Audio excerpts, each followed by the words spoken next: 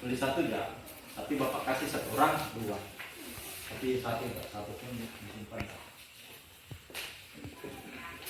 Satu tahu kalau saya tulis.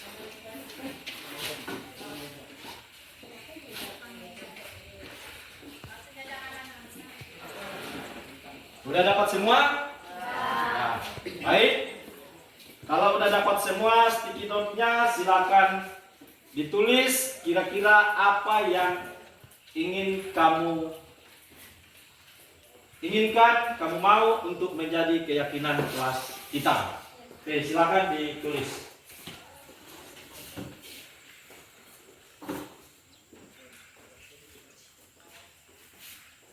Silakan.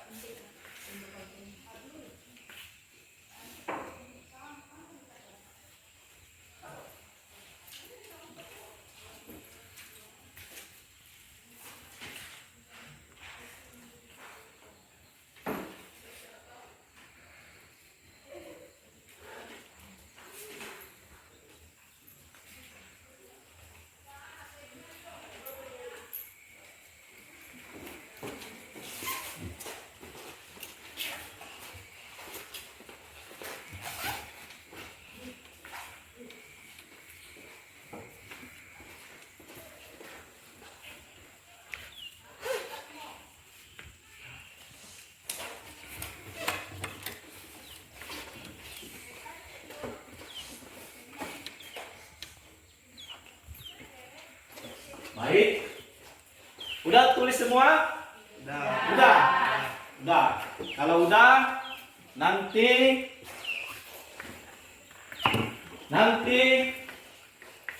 masing-masing menempelkan apa yang udah ditulis. Baik, silakan satu-satu orang dulu ya untuk menempelkannya. Kita mulai dari siapa? Ayo, yang udah silakan. Nah, satu-satu orang. Oke, dari sana si Putri.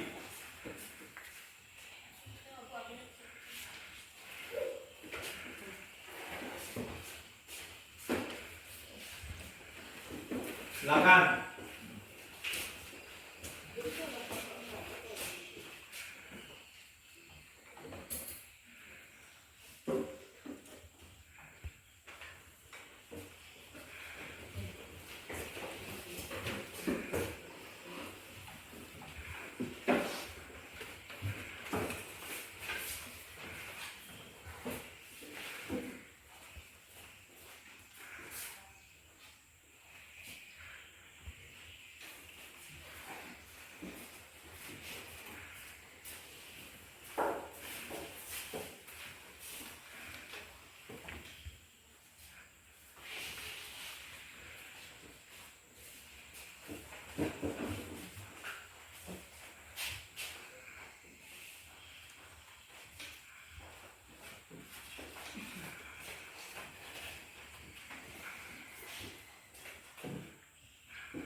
Yang lain bisa.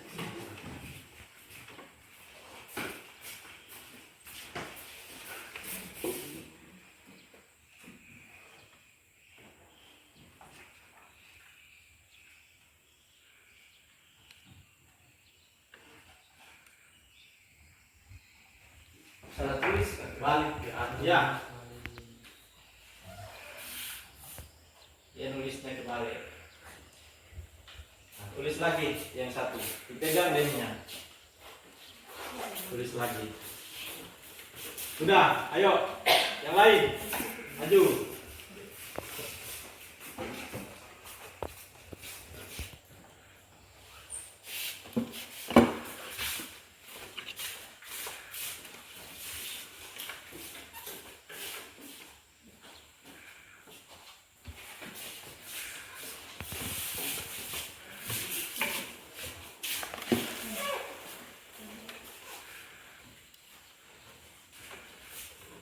Ayo, siapa lagi? Ayo, maju, Yoga.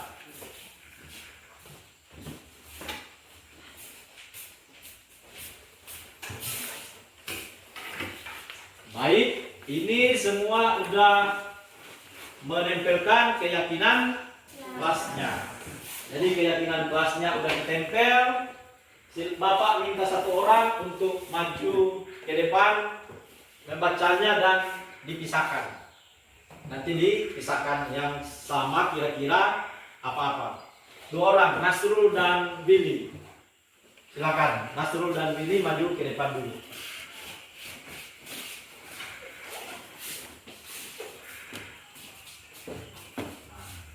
Kira-kira apa yang mau dipisah? Oke, berarti beriman di sini. Nah, di sini.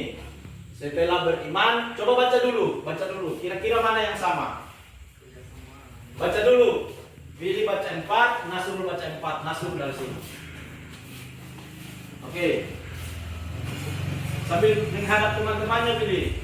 Baca. Ya.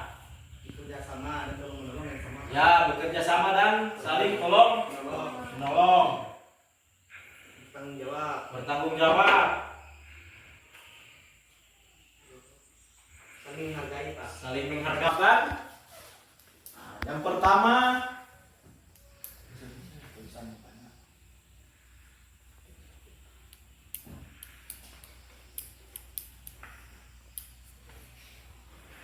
kami beriman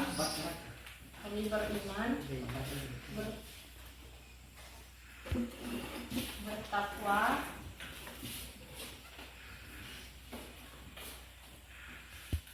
dan berakhlak mulia.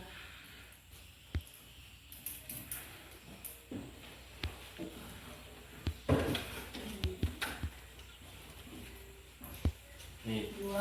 2. Nah, yang sama tuh. Kami saling menghargai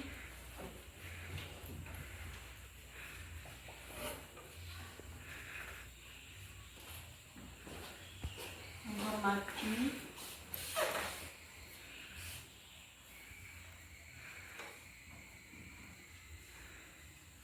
dan tolong menolong. Dan tolong menolong.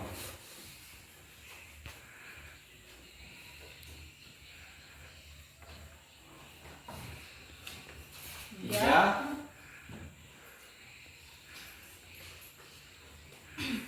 Kami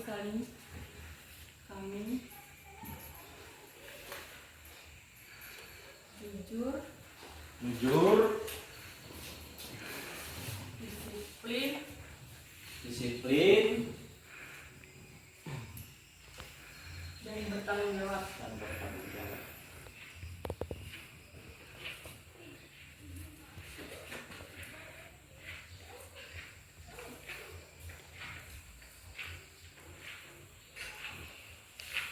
Oke, selanjutnya silakan Lau, sambung di sini. Berarti banyak ya kesepakatan nanti banyak dan ini wajib kita lakukan atau ikuti. Kami mandiri,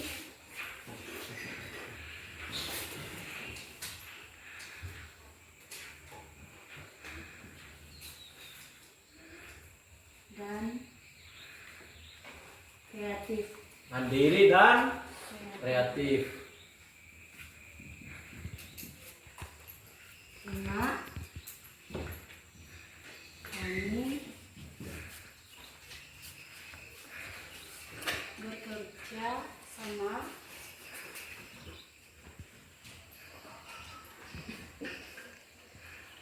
Bekerja sama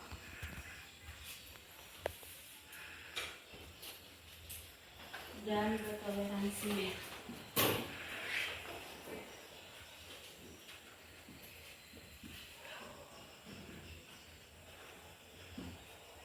Oke, 6. 6.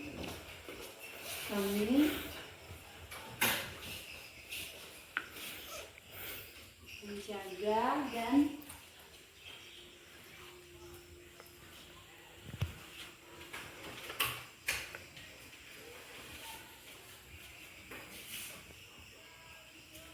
melestarikan lingkungan sekolah.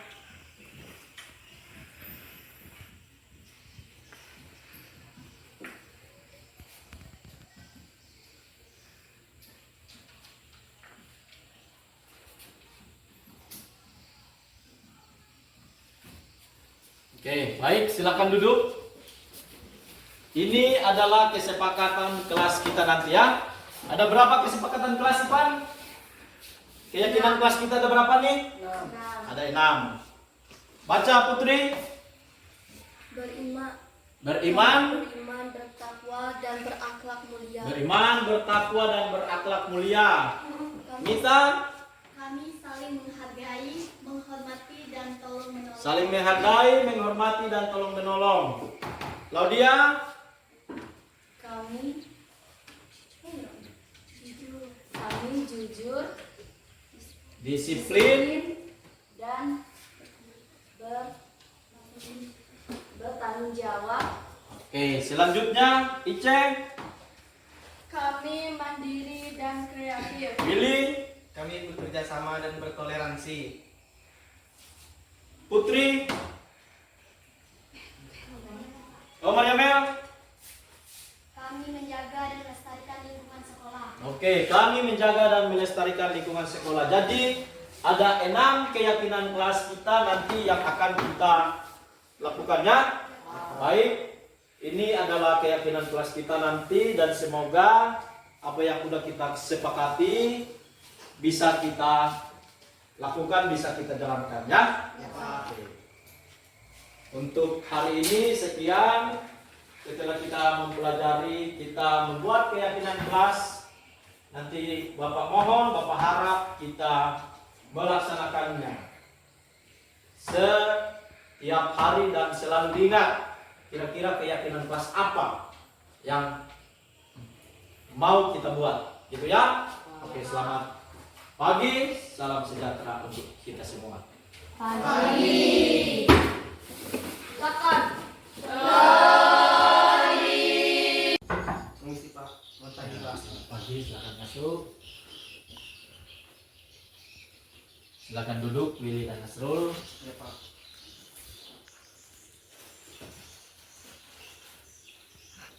Oke, selamat pagi.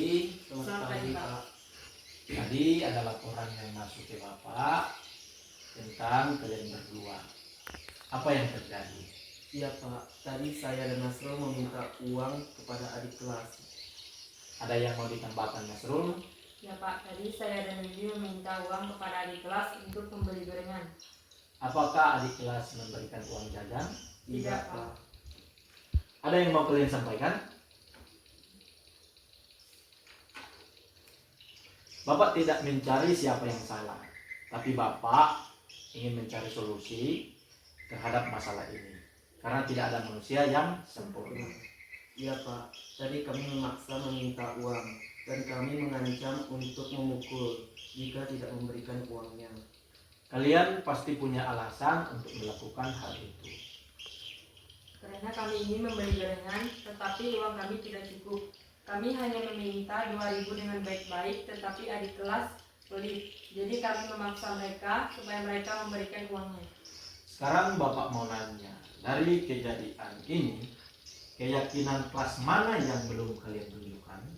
Belas kasih dan kebaikan. Menghargai orang lain, tidak merendahkan orang lain, dan kedamaian. Nah, jadi menurut kalian berdua, tindakan memaksa atau dengan kata lain memalak adik kelas, apakah sudah sesuai? Tidak, Pak.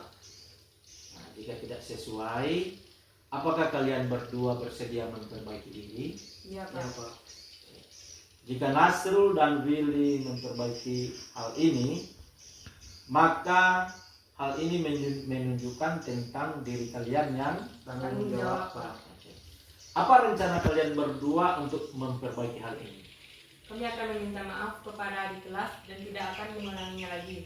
Kami akan bertanggung jawab atas tindakan kami dengan mengembalikan uang adik kelas 2.000, meminta maaf dan tidak mengulanginya lagi. Oke. Kalau gitu dengan tindakan ini Nasrul dan Willy merasa menguasai dan merasa senang. Tapi menurut Bapak ada cara lain tanpa harus merugikan orang lain. Iya Pak. Sekarang kalian berdua sudah tahu apa yang akan kalian lakukan. Semoga hal ini tidak akan terulang lagi. Iya Pak. Terima kasih Pak. Oke. Selamat siang Bapak Ibu guru sekalian.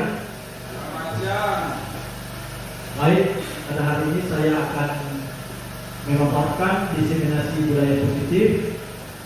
Ini materi tugas guru bergerak. Jadi saya mengikuti program guru bergerak angkatan 10 Kabupaten Melawi, dan untuk itu kami ditugasi untuk menyebarkan tentang diseminasi budaya positif. Jadi kira-kira Bapak Ibu yang hadir pada siang hari ini tahu tak apa itu budaya positif? Kebiasaan yang baik. Bagus.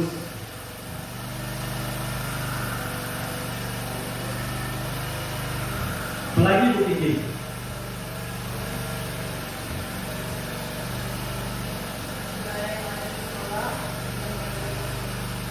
Bagus. Budaya yang ada di sekolah yang positif, yang baik, yang berpihak pada anak-anak atau murid. Jadi ini budaya positif ini itu memang wajib diterapkan di lingkungan sekolah. Nah, ini Dr. William Glasser dalam bukunya Kontrol Teori yang kemudian hari berkembang dinamakan Choice Theory meluruskan beberapa miskonsepsi tentang makna kontrol. Ini ya, kontrol itu ini ada 4 poin. Ilusi guru mengontrol. Nah, kira-kira ilusi guru mengontrol itu apa? Kira-kira apa yang dimaksud ilusi guru mengontrol?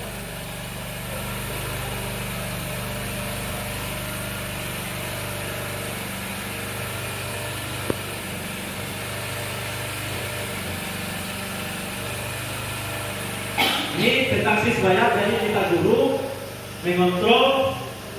Nah, ini ilusi guru mengontrol. Ini menurut Dr. William Glasser. Bagian poin kedua, ilusi bahwa kritik dan membuat orang merasa bersalah dapat menguatkan karakter. Nah, jadi kritik, apakah kritik atau kita membuat seseorang itu merasa dirinya bersalah itu bisa menumbuhkan atau membuat karakternya menjadi lebih baik.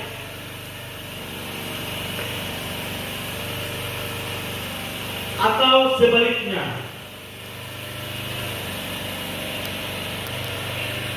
Nah, selanjutnya bagian 3, ilusi bahwa semua perbuatan positif, efektif dan bermanfaat. Nah, misalkan kalau ada siswa atau anak-anak melakukan tindakan yang di luar batas atau melakukan kesalahan, nah ini. Apakah kita memilih bagian 2 atau 3? Ilusi bahwa semua perbuatan positif, efektif dan bermanfaat. Perbuatan positif itu berarti hal-hal yang bermanfaat, hal-hal yang baik. Itu yang positif. Selanjutnya, ilusi bahwa orang dewasa memiliki hak untuk memaksa. Ini ya, ini miskonsepsi tentang makna kontrol menurut Dr. William Glasser. Nah, ini poin pentingnya di sini. Ketika kita mendengar kata disiplin, apa yang terbenak di benak Bapak Ibu? Ketika kita mendengar kata ini, apa yang tepat waktu, teratur, bagus, tertib, sesuai aturan yang berlaku.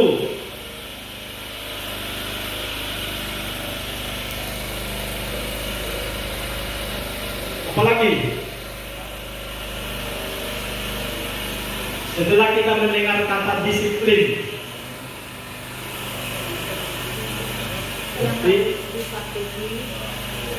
apa boleh? Sesuatu yang harus dipatuhi. Ya, sesuatu yang harus dipatuhi.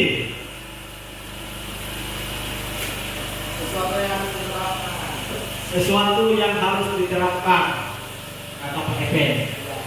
Itu kalau kita mendengar kata disiplin, semua itu benar.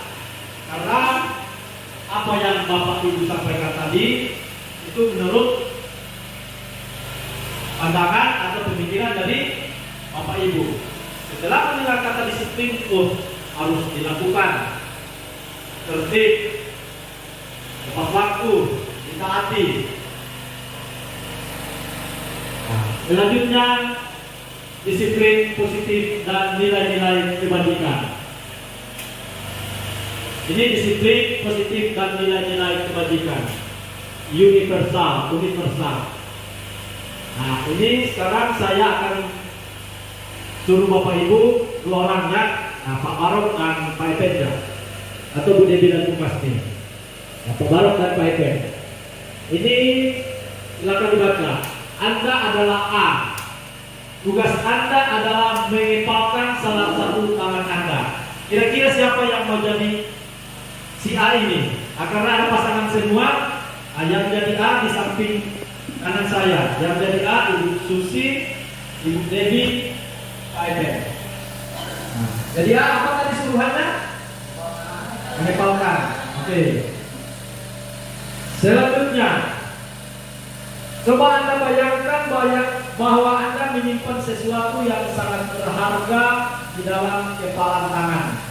Jadi sesuatu yang menurut Bapak Ibu berharga yang di dalam kepalan ini.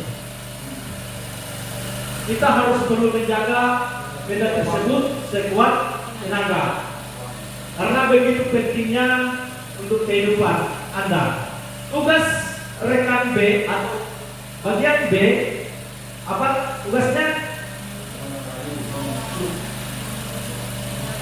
Mencoba dengan segala cara untuk membuka kepala tangan Anda. Jadi mereka ini mencoba, 3 orang, Ibu Kiki, Ibu Masni, Pak Barok akan mencoba dengan cara mereka bertiga untuk supaya gimana caranya kelompok A tadi membuka kepala tangan. Perlu diingat kelompok A yang di dalam ini adalah sesuatu yang berharga. Nah, kelompok B gimana caranya supaya mereka bertiga ini untuk membuka. Membunuh boleh, menghardik, mengintimidasi, memarahi, ini semua. Menggelitik bahkan menawari Anda uang agar bersedia membuka kepala tangan Anda. Oke, silakan Bu Kiki dulu.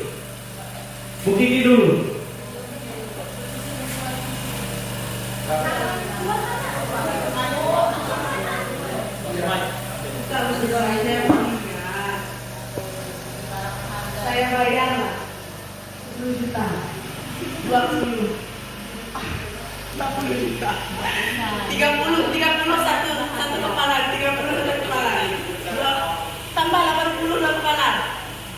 Boleh, Susi cepat Susi. Dengan barang berharga yang mahal saya. Tidak apa-apa Bu Susi, kan 80 juta 2 kepala, bisa buat Susi beli mobil, bisa tambah emas Bu Susi. Bisa renovasi rumah, tambah 122 kepala.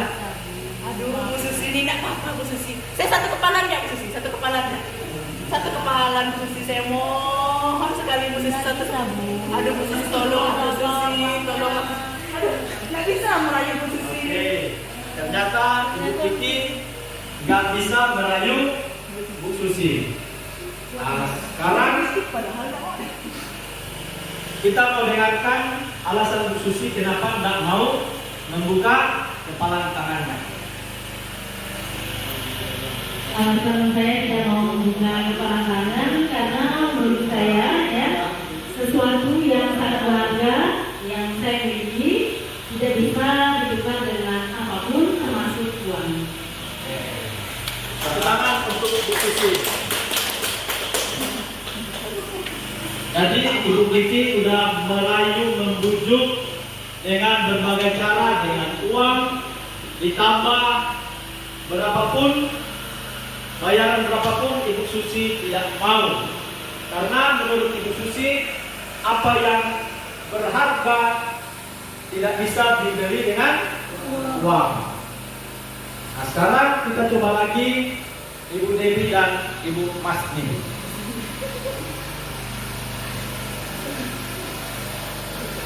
Nama saya Masni ya, Ibu Dewi. Kan Ibu Dewi ada dalam putaran tangan. Boleh nggak saya minta? Saya minta Ibu Dewi membuka putaran tangan itu, walaupun tidak ada putaran yang berharga, sebenarnya untuk berbagi. Saya hanya mengetahui tadi sebelum dulu. Nggak boleh. Ibu nggak mau, deh. Ada penawaran lain untuk saya. Gimana kalau ibu dalam posisi saya perlu ilmu, perlu tahu apa yang ada di situ. Apakah ibu melakukan hal yang sama? Ini barang berharga Bu dalam hidup saya, jadi nggak boleh ditukar dengan apapun.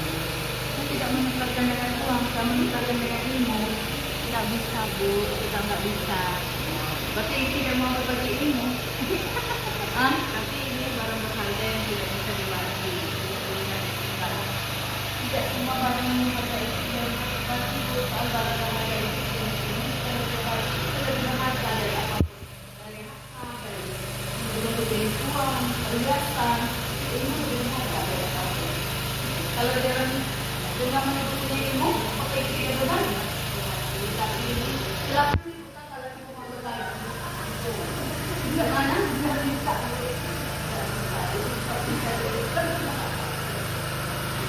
Tahu prinsip di dalam nama ibu? Kalau ibu anggap itu berharga, apa?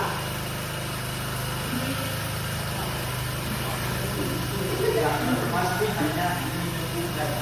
Data itu kan cuma berharga. Terus ada lagi. Itu kan berharga. Karena kalau nggak bisa, nggak bisa berbagi. Ya, betul. Oke. Tepuk tangan untuk Bu Masni dan Bu Dewi. Sekarang saya mendengar kita akan dengarkan sama-sama alasan Bu Dewi kenapa tak mau membuka kepala tangannya.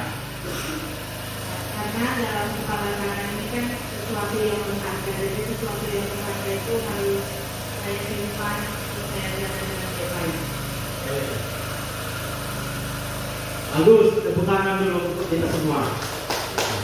Rasa untuk Pak Ipen dan Pak Barok, sudah paham ya? Oke. Sesuatu yang berharga itu susah. Kalau menurut kita itu berharga, ditukar dengan apapun, dengan uang atau dengan barang apapun, kadang orang tersebut tidak mau menukarnya karena itu berharga menurut dia. Baik, selanjutnya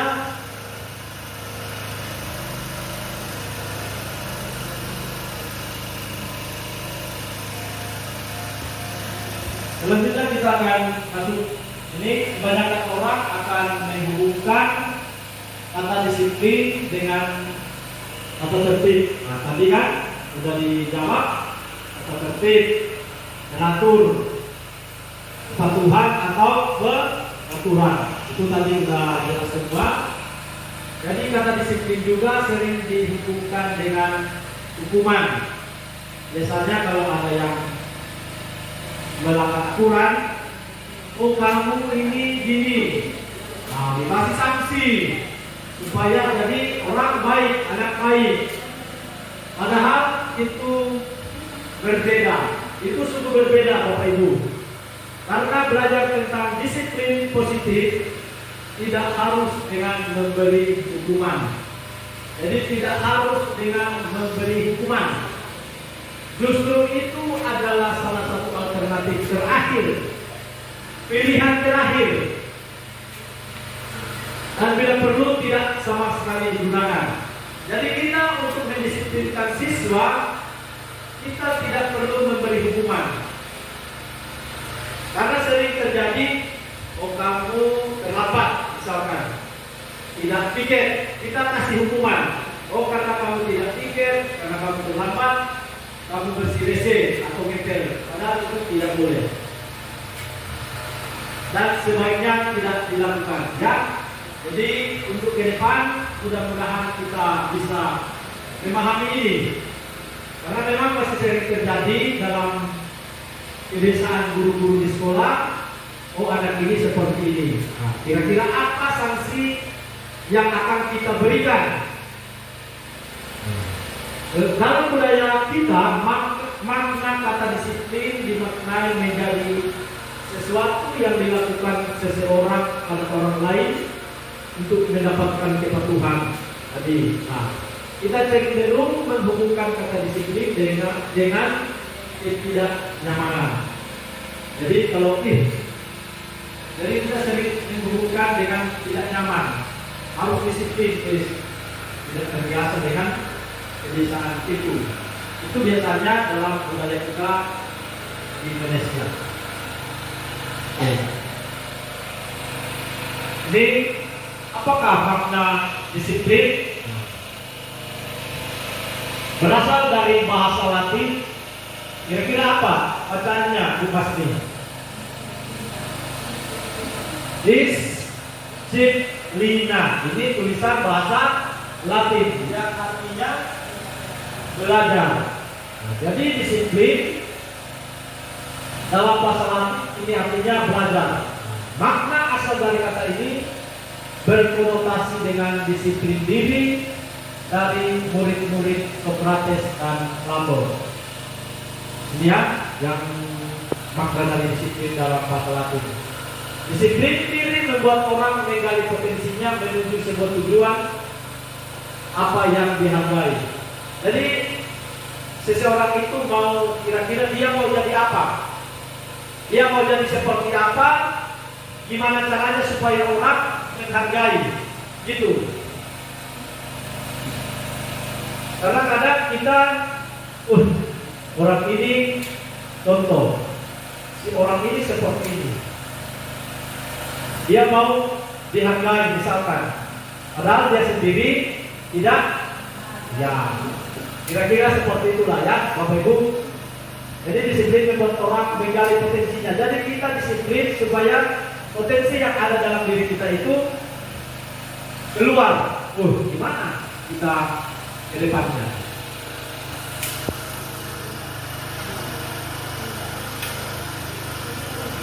Di mana ada kemerdekaan, di situ harus ada disiplin yang kuat. Ya, sungguh pun disiplin itu bersifat self-disiplin, yaitu kita sendiri. Jadi dari dalam diri kita.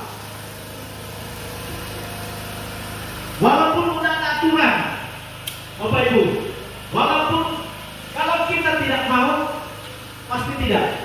Karena ini katanya self-disiplin dari dalam diri, dari kita sendiri. Nah, walaupun tidak ada aturan, kalau memang orang dan kita sudah disiplin, tetap karena dari dalam diri kita sendiri, tidak perlu diperlihatkan sama orang lain. Itu, saya gini supaya, karena dia ini, makanya saya harus seperti ini. Tidak, apa itu? Karena dia muncul dari dalam diri sendiri, dari dalam diri orang itu. Misalkan Pak Epen, ya kalau dia datangnya jam 7, mau siapapun beritahu dia jam 6, ya tetap dia datang jam 7. Itu. Dia tepat waktu. Dia semua pakaiannya rapi. Kalau udah jadi kebiasaan dirinya, itu memang nampak dari dalam diri. Itu disiplin, self-disiplinnya. Jadi yang mewajibkan kita dengan sekeras-kerasnya, tetapi itu sama saja sebab kalau kita tidak cakap melakukannya, wajiblah penguasa lain